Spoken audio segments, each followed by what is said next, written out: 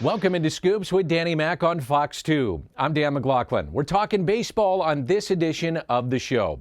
Have you ever wondered what it's like to be at a Cardinals fantasy camp? Now, normally, this would be the time in the offseason that fans live out their dream of being a Cardinal, rubbing elbows with some of their heroes in Jupiter, Florida. Well, not this year, but it is coming back. And we'll talk it over with the camp commissioner, a guy that you know very well, former Cardinal Rick Horton.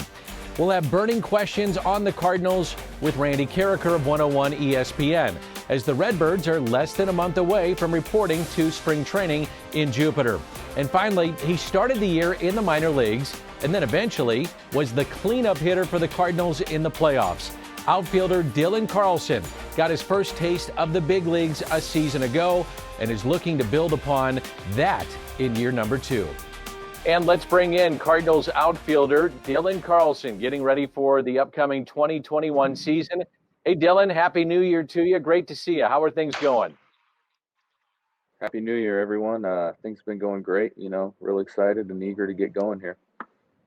What was 2020 like for a rookie trying to play in a pandemic, trying to establish himself, all those different things that were going on for you? What was 2020 like as now you reflect on it and kind of catch your breath and take a look at 2020?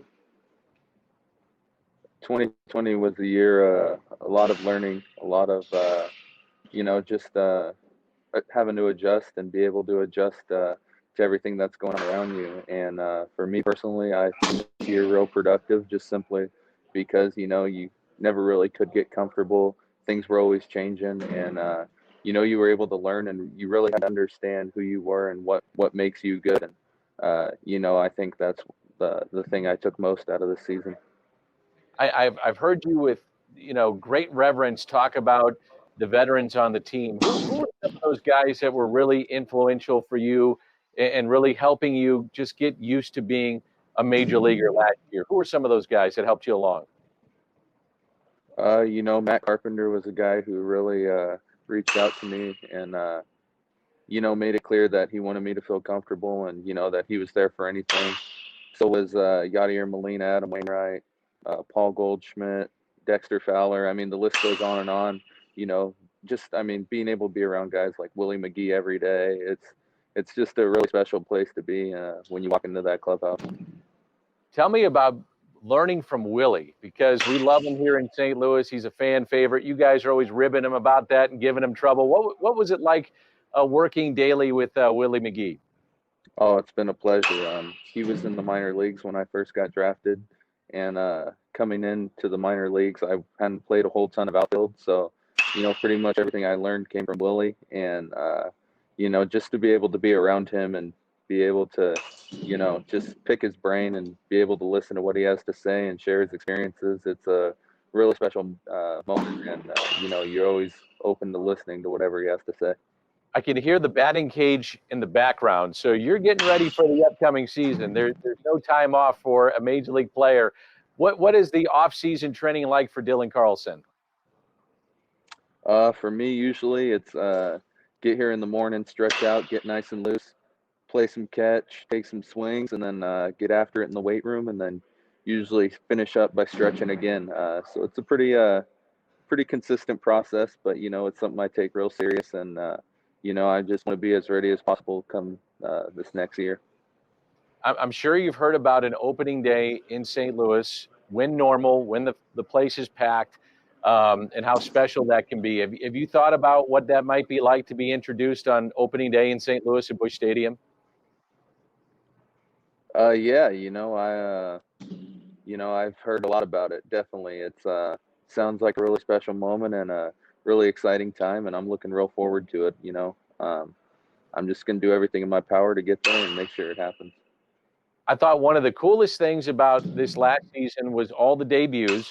You were one of them. And because, mom and dad or the coach or your brother or sister, whomever, with any player, couldn't be at the ballpark, they had a chance to watch it on television. So everybody's taking a look with their videos and their cameras of capturing maybe that first strikeout for a pitcher or first home run or first hit. I saw your family's reaction to that first hit that you got in Chicago. How many times have you seen it, and what was that moment like for you and your family? There it is. There it is, baby. Let's go. Let's go. Great at bat. I've seen it quite a few times. You know, it was a real exciting moment for all of us. You know, it's really cool to, you know, just have their support and have them in my corner and just know they're behind me. So, you know, to see a video like that come out, it's real touching and inspiring, and you know, it just makes me want to do it. Just do everything I can to make them proud. One of the things I know you're doing here in this off season, you like to read. You're reading Kobe Bryant's book. So tell our fans about the book and what you're taking away from his particular book. Yeah, this book here, Mamba Mentality. It's a real interesting read. It just dives into the way Kobe Bryant thought and just his attention to detail and his willingness to work. I mean, there's stories of him, you know, getting off the plane at 3 a.m. and going right to the gym and just continuing to work because he didn't like how he played that night. Just crazy stories like that, attention to detail, you know, whether it was just his personal drive or his motivation to get better. It's a real cool read, and I'm really grateful my agent passed it along to me. And finally, we're hearing that spring training is going to get going on time. How excited are you for the upcoming season to get back with your teammates and just get back to playing baseball? I'm fired up. I miss those guys. We got a hungry group of guys in there, and you know, it's always a great time to be able to compete with all of them. Hey, Dylan, thanks for your time. We appreciate it. Great job in your first season. You're still rookie status, so have a great rookie campaign, a full 162 this upcoming year, and we appreciate your time. Thank you. I appreciate it. Coming up, have you ever wondered what it's like to be on a big league field with some of the Cardinals' all-time greats? Rick Horton will tell you all about it. Cardinals Fantasy Camp, coming up next on Fox 2. Scoops with Danny Mac is brought to you by Schnucks, Lou Fuse, Royal Banks of Missouri, and Ryan Kelly, the home loan expert. They are living out their dreams.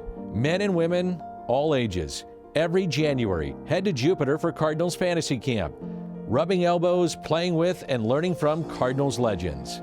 Oh, this is dream week for me. It's funny, as soon as I back out of my driveway to get over, I start laughing. And the stories that come out of here, and the camaraderie and getting to know everybody, and you know, where else can you walk into a room and have two newly elected Hall of Famers, you know, come in with you and look around, and there's 6 or 7 other Hall of Famers, and you know, 32 other legends that have won all kinds of World Series and all kinds of great accolades. That the Cardinals are it. They are the best, and nobody does it better, and you just always look forward to it. Steve and Andrew Roseborough followed through with a promise to their late father, Dennis. His dying wish was to have his boys bring his cutout to fantasy camp. He wanted to again share a fantasy camp one more time with his sons. So they brought his cutout to camp. And incredibly, unbelievably, his son was the only one to hit a home run during that camp.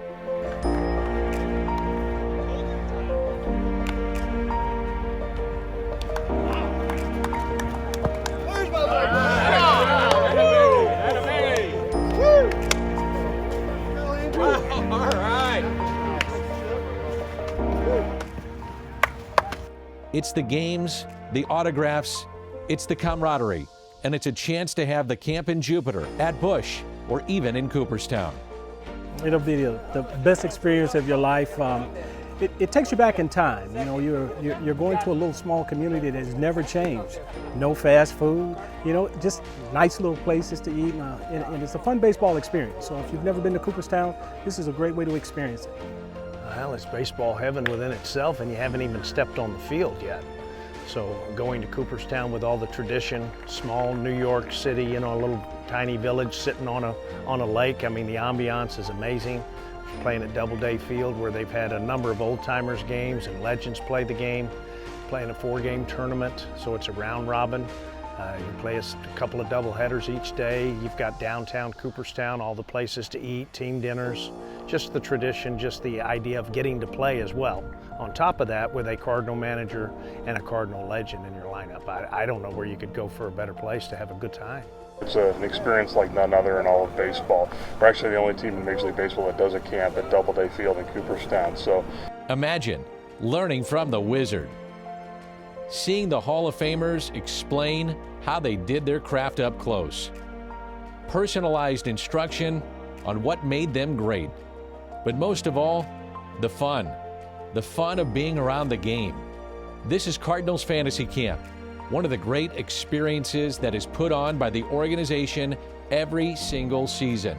Truly, a one-of-a-kind baseball experience. It is pretty amazing, and they call him, by the way, the commissioner of the fantasy camp, and that is my broadcast partner, Rick Horton. Sometimes I call him something else. I won't do that here.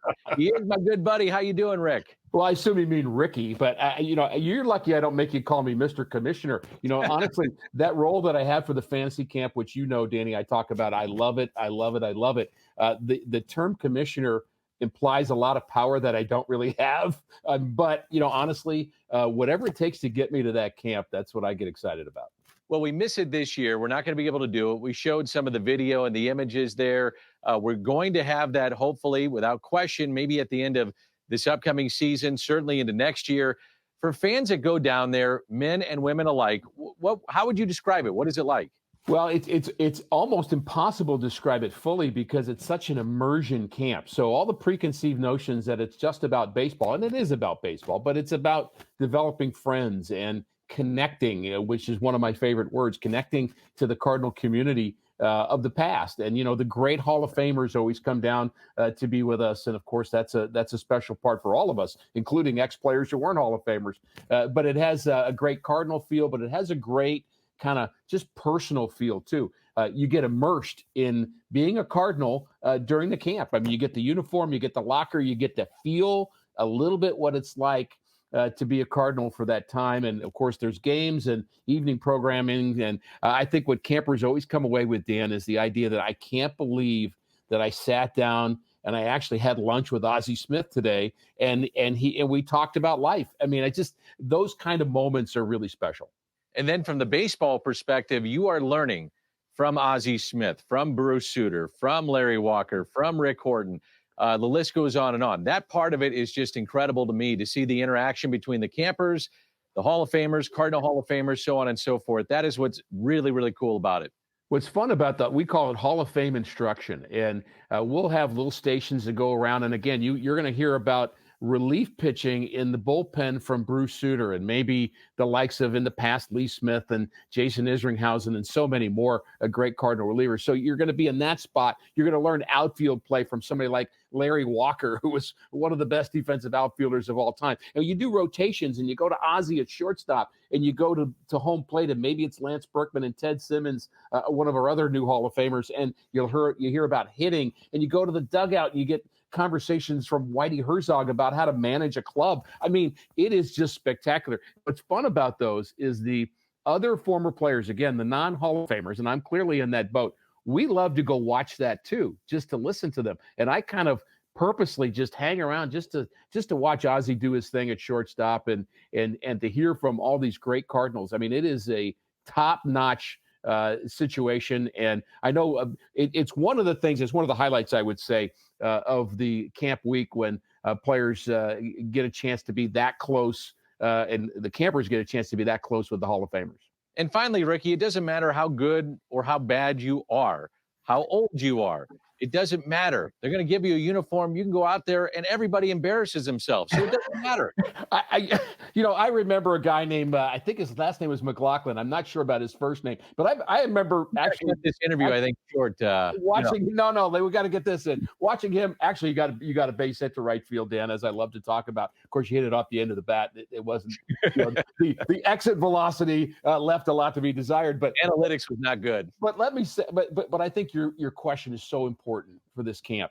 We have had people from up to the age of, I believe the oldest camper was 78. Now that's, not everybody's 78 that's there, but it's a wide variety of ages and certainly of athletic ability. You don't have to have played in high school. You don't have to have played in college, but you kind of have to, if you love baseball and you love the Cardinals, it's the place to be. And so I really do think that that's an important question for people to understand regardless of ability. We'd love to have you at the fantasy camp. Hey, Ricky, great stuff. Thanks for doing this. Appreciate you, and we'll see you in spring training very soon. Coming up next, burning questions for the Cardinals in Major League Baseball. Randy Karraker of 101 ESPN. This is Fox 2. Scoops with Danny Mac is brought to you by Blue Tail Medical Group, Royal Banks of Missouri, Hair Saloon for Men, and Triad Bank.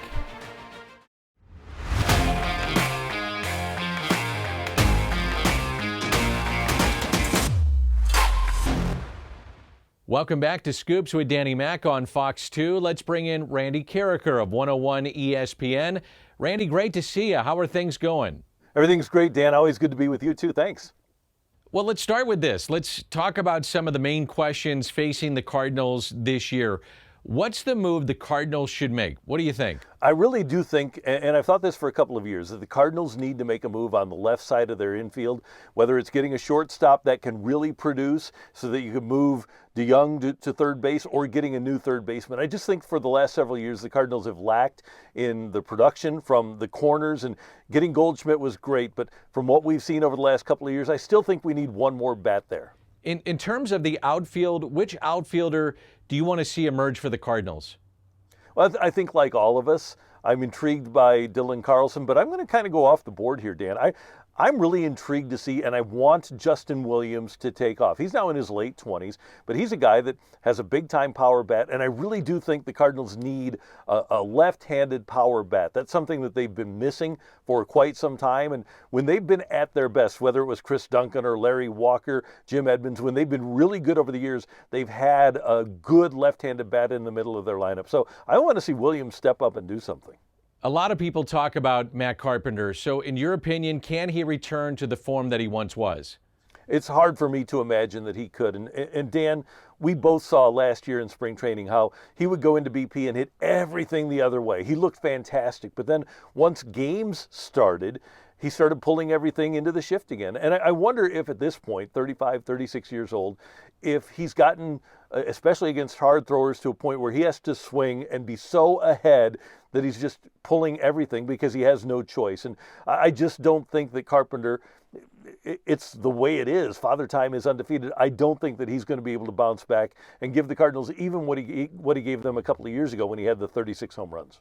It was a truncated season last year, and we saw Jack Flaherty emerge at the end, the kind of guy that we saw the year before. So what kind of year are you expecting for Jack Flaherty? I have complete faith in Jack Flaherty, and based upon what we saw from so many players last year, I'm willing to throw the 60-game season out. Is he going to be what he was in the second half of 2019? No, but can he give the Cardinals what he did over the course of that season? Can he be a guy that wins 15 games and has a 2.75 ERA and regularly takes the Cardinals into the sixth or beyond? I think he can. And make no mistake about it, there's only one guy on this staff right now that's capable, that has the stuff and the makeup to be an ace, and Jack Flaherty's that guy. The return of fans, what do you think it's going to be like if and when we see that at Busch Stadium? Well, number one, I think that Cardinal fans, probably more than anybody except for Boston and New York, I think those are the three best fan bases